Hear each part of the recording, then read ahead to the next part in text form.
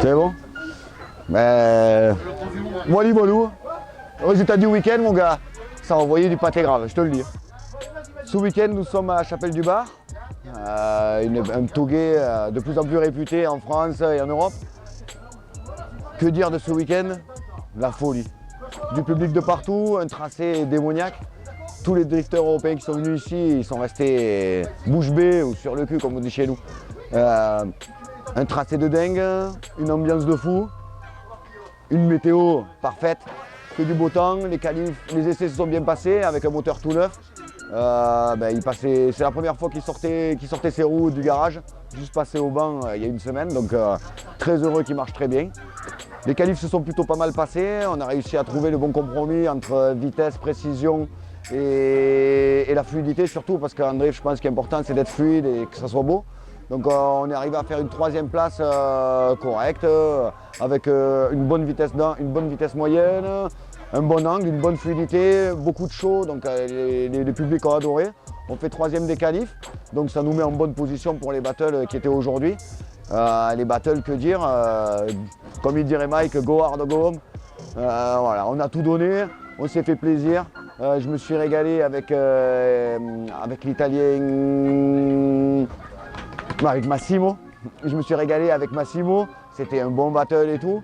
Après, direction Axel François. Alors, vous savez, vous commencez à le connaître maintenant, Axel François, petit gosse du Sud qui marche pas mal, tu vois.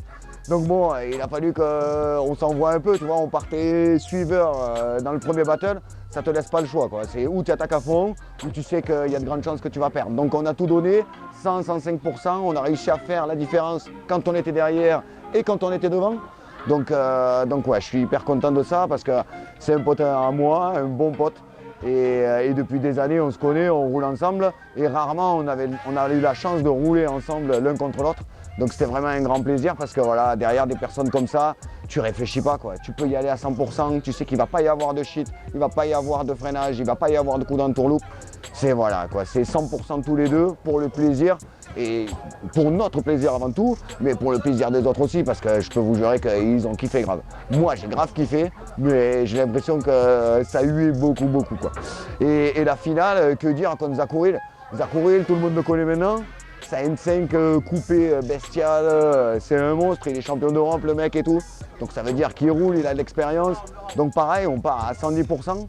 Et après ce virage, là où il y avait tous les publics et tout, je l'ai vu partir comme une fusée. Mon gars, j'ai pas compris, quoi. J'ai eu l'impression que la mienne, elle avait perdu 200 chevaux.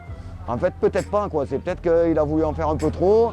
Et dans des conditions comme ça, ça laisse pas la place à l'erreur. Donc il était un petit peu trop rapide.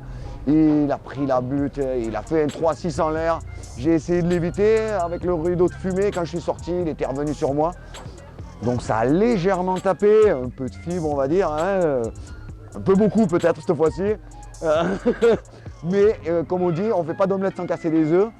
Quand on vient ici et qu'on va sur un tauguet pour rouler à plus de 100 km/h entre les murs, derrière les voitures et essayer de coller la porte, forcément on prend des risques. Je ne dis pas que c'est des risques calculés, mais voilà, avec la sécurité que nous avons maintenant, les arceaux dignes des WRC, les oreilles, les casques, les hands.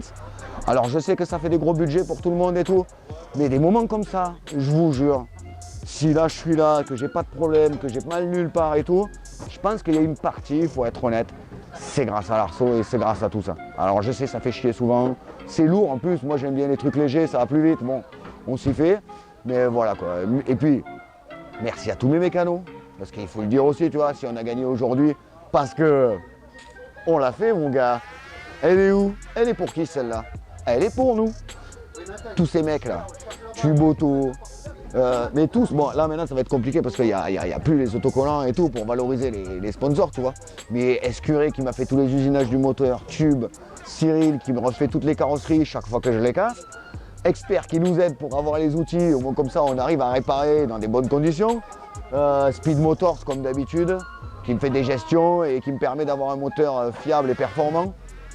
RRS, j'en parle plus parce que maintenant tout le monde est habillé en RRS grâce au rapport qualité-prix de leurs produits et tout. Donc vraiment tous ces gens-là, je les remercie énormément. Je ne serais jamais arrivé à cette place-là, enfin, si on peut dire ça, sans eux.